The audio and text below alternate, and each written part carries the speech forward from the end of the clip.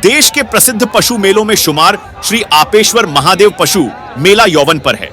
मंगलवार को पशुओं की सौंदर्य और दौड़ प्रतियोगिता का आयोजन किया गया।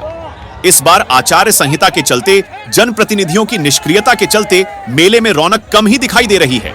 मंगलवार को प्रसिद्ध घुड़दौड़ और ऊंट दौड़ की शानदार प्रतियोगिता का आयोजन हुआ, जिसमें विजयी पशुपालकों को समापन समारोह में पारितोषिक प्रदान किया जाएगा। देखें खास रिपोर्ट।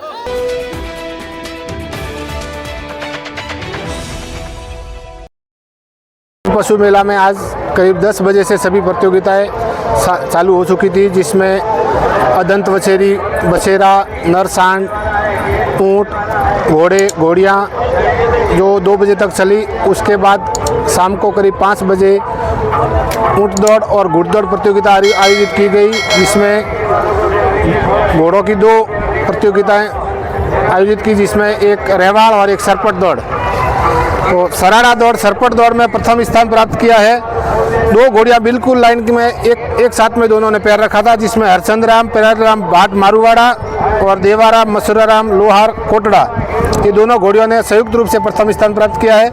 और द्वितीय स्थान पर लीलाराम केवलाजी पुरोहित रानीवाड़ा कला की घोड़ी ने प्राप्त किया है। और तीसरा स्थान सरपट दौड़ में हरीश सिंह, भूप सिंह जी देवड़ा डूंगरी की घोड़ी ने तृतीय स्थान प्राप्त किया है। इस प्रकार अश्व दौड़ में रेवाल साल जो उसमें प्रथम स्थान प्राप्त किया है रघुवीर सिंह, दीप सिंह जी देवड़ा आजोदर, और द्वितीय स्थान प्राप्त किया रणजीत सिंह, मंगल सिंह देवड़ा मैत्रीवाड़ा, और तृतीय स्थान प्राप्त किया जीवाराम मसरूराम दुगावा। इस प्रकार ये घोड़ियों की 2 प्रतियोगिताएं थी वो संपन्न हुई। उसके पश्चात ऊँटों की 2 प्रतियोगिताएं आयोजित की गई, जिसमें सरपट दौड़ और कदम ताड़। सरपट दौड़ में जबराराम बहराजी हर्षवाड़ा ने प्रथम स्थान प्राप्त किया और द्वितीय स्थान मसरूराम कर्मीराम मोखात्रा, तीसरा स्थान अल्लार खां रमतुल्ला खां कूड़ा के ऊँट ने प्राप्त किया था।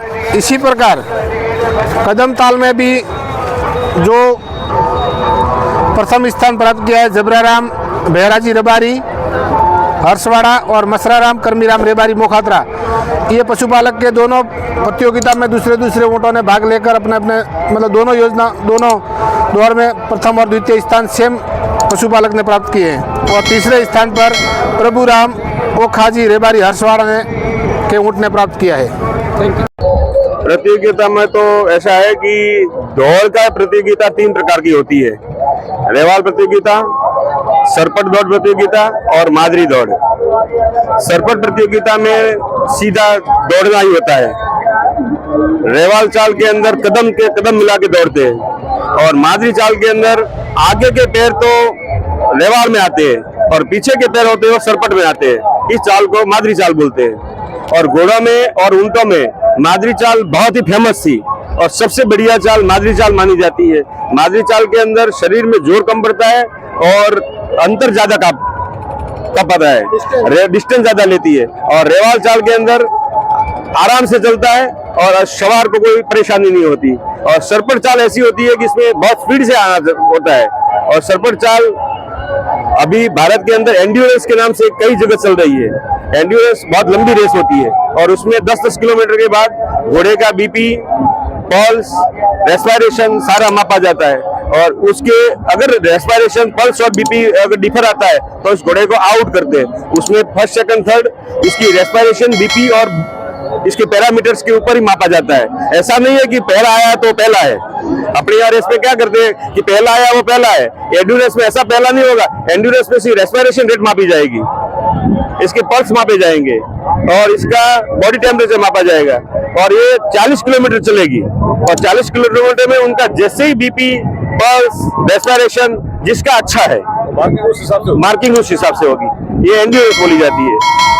घोड़ों में बीमारियां कितने प्रकार की होती है? अभी कोई बीमारी है क्षेत्र में? घोड़ों में अभी वर्तमान में कोई बीमारी नहीं है। ग्लाइंडर्स बीमारी थी, घातक थी। ग्लैंडर्स बीमारी ऐसी है कि ग्लैंडर्स बीमारी के अंदर जकड़न हो जाती है पूरे शरीर के अंदर और नाकों के अंदर से मवाद आता है और जानवर को टेम्परेचर हो जाता है। और ग्लैंडर्स बीमारी ऐसी है कि ये जूनोटिक बीमारी है। Zoonotic in the sense of human के अंदर एक्सप्लोर हो सकती है, संक्रामक है।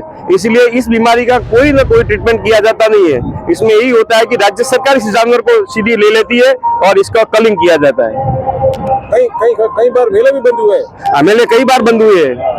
इस बार भी अपन मेले के अंदर सारे जानवरों का सैंपल लिया हुआ है और ये सैंपल हम जोधपुर भेजेंगे भी और हिसार में इसकी लेबोरेटरी होकर आएगी। उसके बाद हम पशुपालक को भी इतला देंगे कि आपका डिपार्टमेंट की क्या ड्यूटी है इस मेले को लेकर?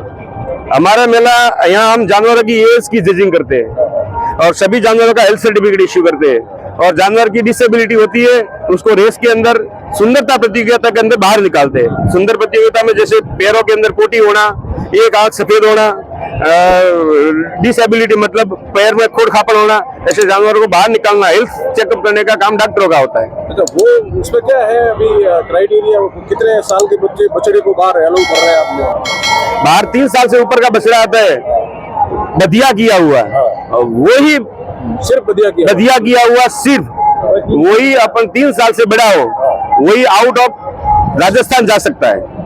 और राजस्थान के अंदर रियरिंग के लिए लोकल जो पशुपालक है वो किसी भी उम्र का बछड़े को ले जाते हैं। अपने यहाँ धारा ये रहा है कि बड़े पशुपालक जो है जिसके पास 2-4 अच्छे बैल है वो यहाँ सेल कर लेते हैं और 2 साल 2.5 साल के बैल ले जाते हैं और फिर अपने घर पे जाके रियरिंग करके इसको बड़े करते हैं और शौक से लेके आते हैं यहाँ। तो ये मैदान है, ये घुड़दौड़ और ऊंट प्रतियोगिता के लिए सेटअप है, कम है या ज्यादा है? ये मैदान टेक्निकली देखा जाए तो थोड़ा कम पड़ रहा है। थोड़ा क्या, बहुत कम देखा जाए तो पात्र नहीं है। जैसे इस मेले में दिल्ली की गिरावट है, आपकी क्या एडवाइस रहेगी पशुपालकों के आने वाले मेले में? घोड़े ज्यादा आए, ऊंट ज्यादा आए, लोग बढ़ चढ़कर भाग लें, क्या कहेंगे? इसके लिए यही हो सकता है कि ये मेला कमेटी है वो अपने यहाँ नजदीक में जैसे दशहरा है, दशहरा में इस बार शो हुआ, इस शो के अंदर 950 से 1000